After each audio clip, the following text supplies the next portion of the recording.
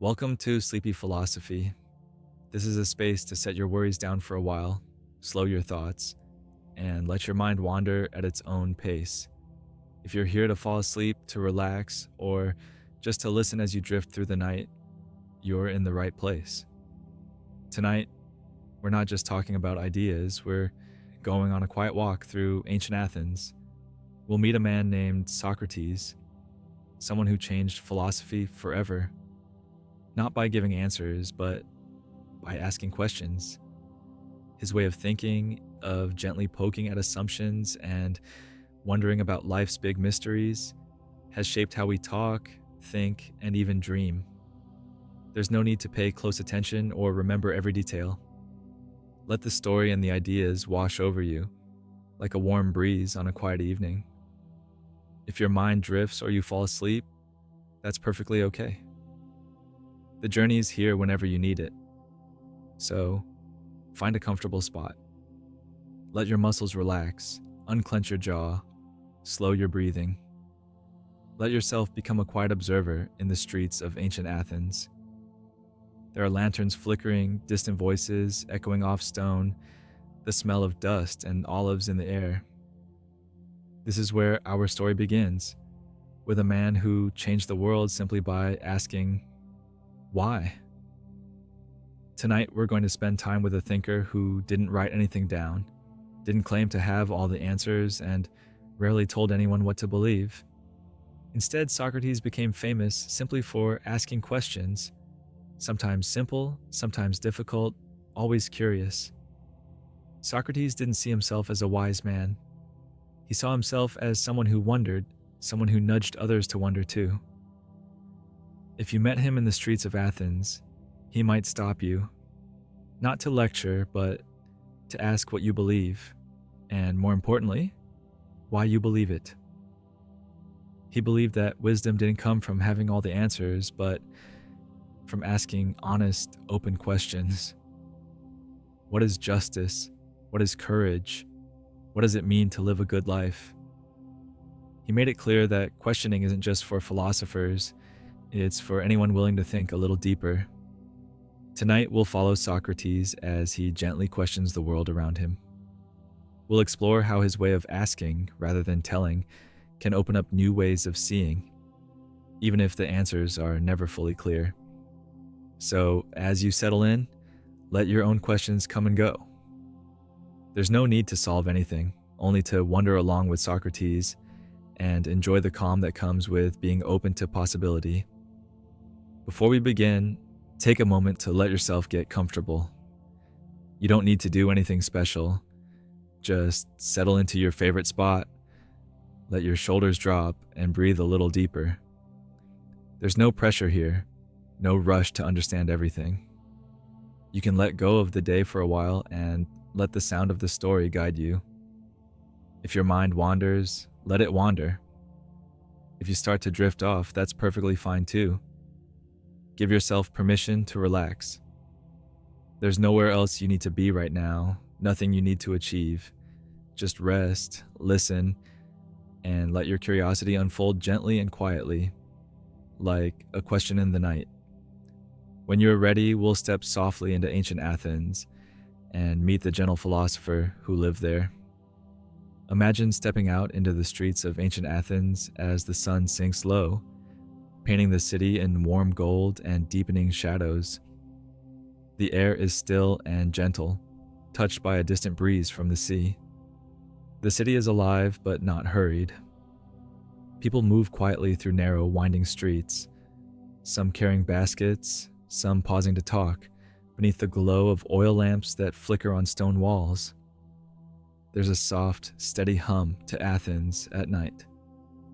The markets have quieted, but the scent of bread, olives, and distant fires still hangs in the air. You can hear the sound of sandals brushing dust from the ground and the low murmur of voices drifting from courtyards and small gatherings. You pass temples, columns, and open squares.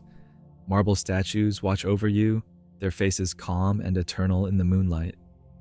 Somewhere a dog barks, and the echo disappears into the maze of streets. Lanterns swing gently from doorways, casting shapes on weathered stone. It's in these streets, in the peaceful glow of evening, that the people of Athens come together to talk, to laugh, and to wonder. And somewhere among them, moving quietly but never unnoticed, is a figure who asks questions that linger long after the night is over.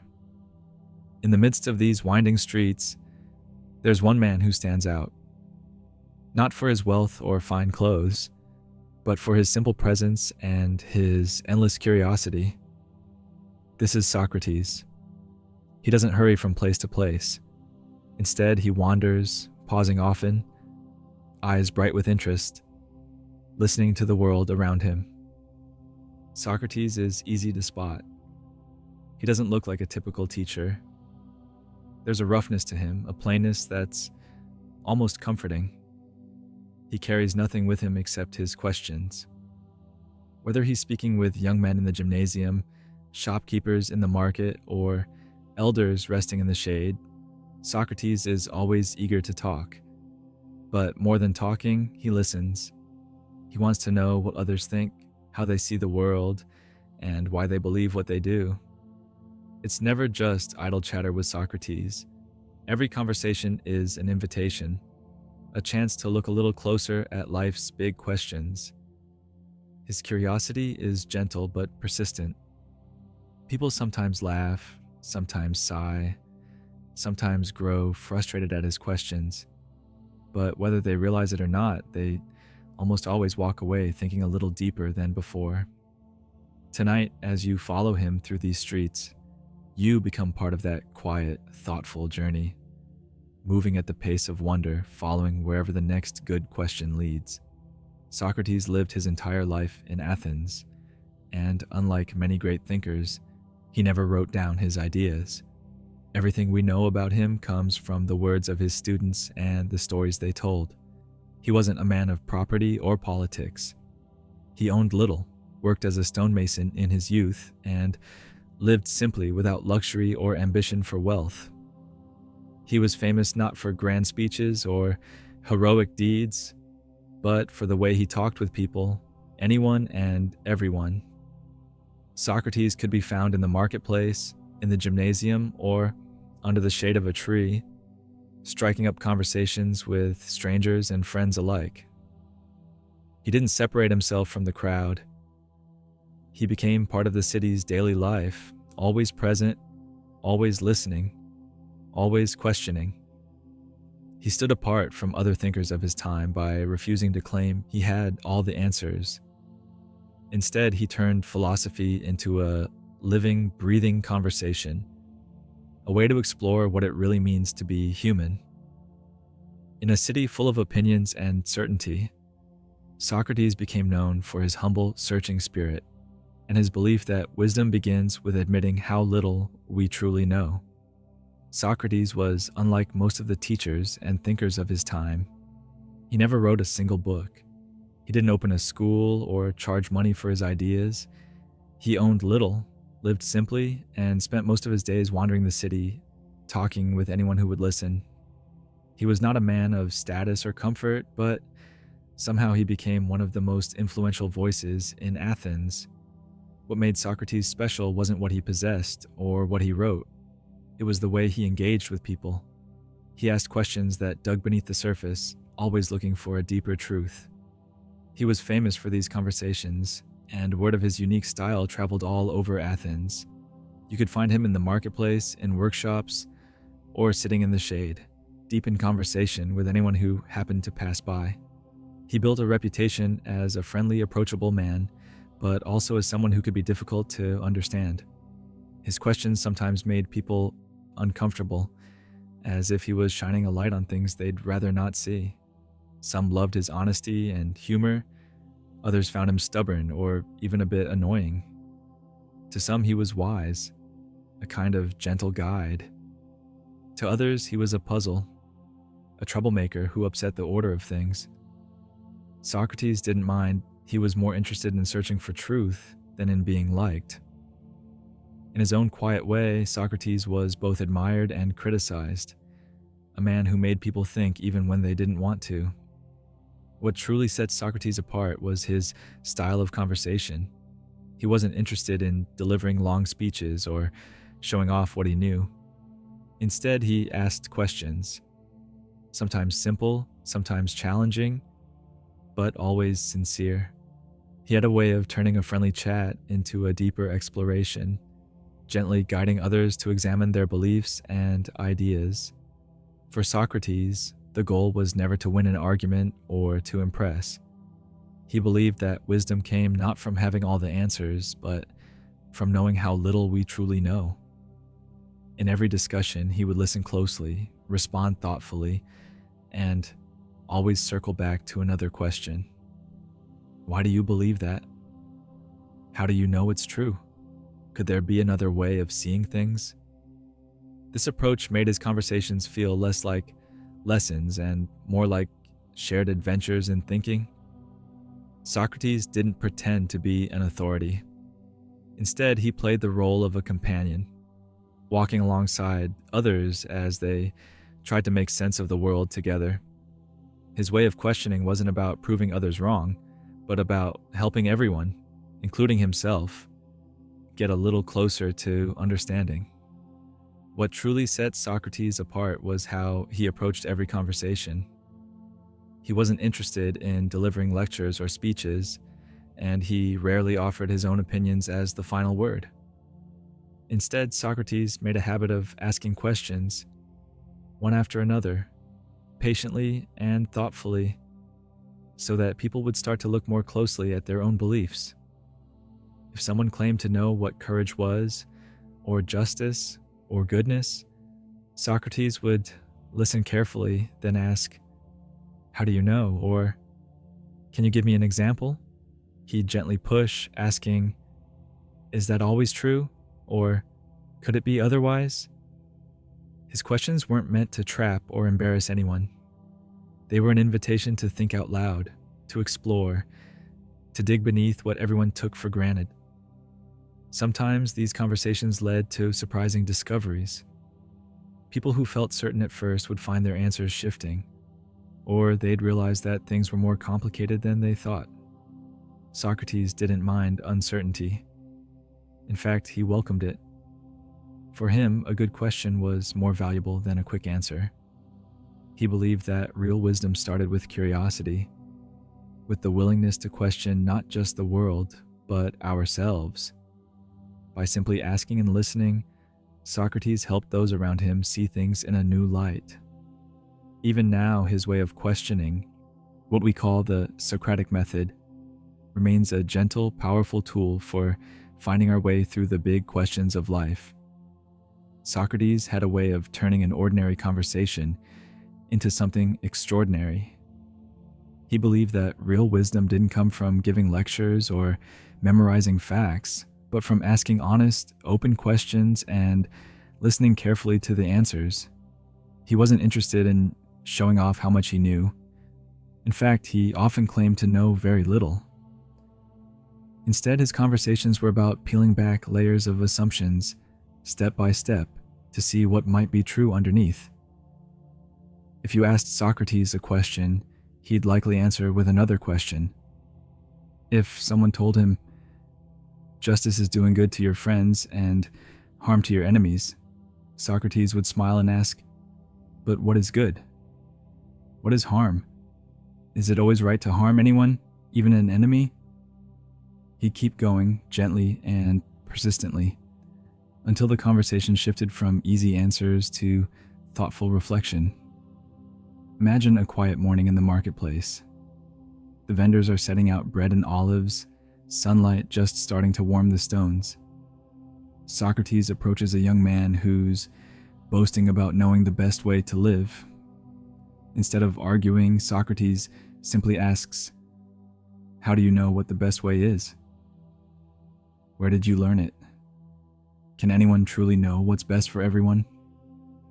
The young man begins to explain, but soon he's pausing, thinking, and considering ideas he's never questioned before. Others gather to listen. Some nod, some look puzzled, but everyone can feel the effect. It isn't about winning an argument. It's about opening a door in the mind, about making space for new possibilities. Socrates helps people discover what they truly believe and sometimes what they still need to figure out. In his hands, a simple chat in the marketplace becomes a quiet adventure in understanding. What set Socrates apart from others was his deep humility and boundless curiosity. He never claimed to be wise, and he didn't pretend to have the answers to life's biggest questions. Instead, he approached every conversation with genuine wonder, always open to learning something new, even from those who seemed to know less than him. He didn't mind admitting when he didn't know something. In fact, he believed that recognizing your own ignorance was the very beginning of wisdom. Socrates wasn't embarrassed by not having all the answers. He found it exciting. Every question was an opportunity to learn, to dig deeper, and to see the world from a fresh perspective. His curiosity was gentle, never forceful. He wanted to understand people, their thoughts, and their experiences. He was never trying to trap anyone or prove them wrong. He simply wanted to explore the truth together, step by step. In Socrates, humility and curiosity were not weaknesses, but guiding lights for the journey of understanding. Socrates is famous for his humble approach to wisdom.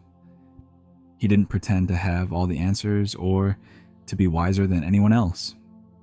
Instead, he often said that the only thing he truly knew was that he knew nothing for certain. This wasn't just modesty, it was a whole way of looking at life. To Socrates, admitting that you don't know is the beginning of real wisdom. Most people go through life sure of their opinions and their knowledge. Socrates challenged this, gently showing that the world is more complex than it seems, and that certainty can sometimes get in the way of real understanding. By openly acknowledging his own ignorance, Socrates invited others to do the same. He believed that when we admit what we don't know, we become more curious, more open-minded, and more willing to learn from others. There's a quiet freedom in this attitude, a release from the pressure to have everything figured out. Instead of closing himself off with rigid beliefs, Socrates allowed his mind to stay flexible and questioning. He showed that it's okay to be uncertain, to ask questions that don't have simple answers, and to find peace in the search itself. For Socrates, wisdom wasn't about collecting facts, but about being honest with yourself and brave enough to keep exploring.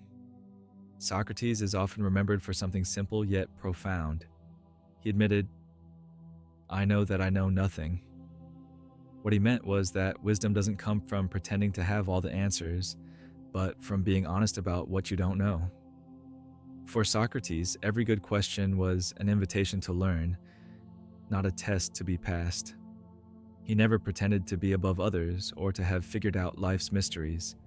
Instead, he embraced the uncertainty, the open space where curiosity can grow. It's easy to feel like we should always have answers, like we need to know exactly who we are or where we're going. But Socrates reminds us that there's real strength in saying, "I'm not sure." Being willing to admit what you don't know is not a weakness. It's the beginning of wisdom. It opens the door to learning and discovery, and it allows you to keep asking, keep wondering, and keep growing. So if you ever find yourself lying awake, turning over questions with no easy answers, remember that it's okay. You're in good company. Socrates would say you're already on the path to wisdom, simply because you're willing to wonder. This gentle attitude of not knowing isn't just for philosophers in ancient Athens. It's something anyone can use in their own life. When you allow yourself to admit that you don't have all the answers, you give yourself permission to learn, to be open, and to see things in new ways. It becomes easier to listen to others, to explore new ideas, and to notice possibilities you might have missed. Personal growth often starts with a question. When you're willing to ask, "What if I'm wrong?" or "Is there another way to see this?" you make space for real change. Instead of clinging to old beliefs out of habit or fear, you're able to gently let go, to grow beyond what you once thought was possible. There's a quiet peace in this kind of curiosity. You don't have to solve every puzzle or rush toward the right answer.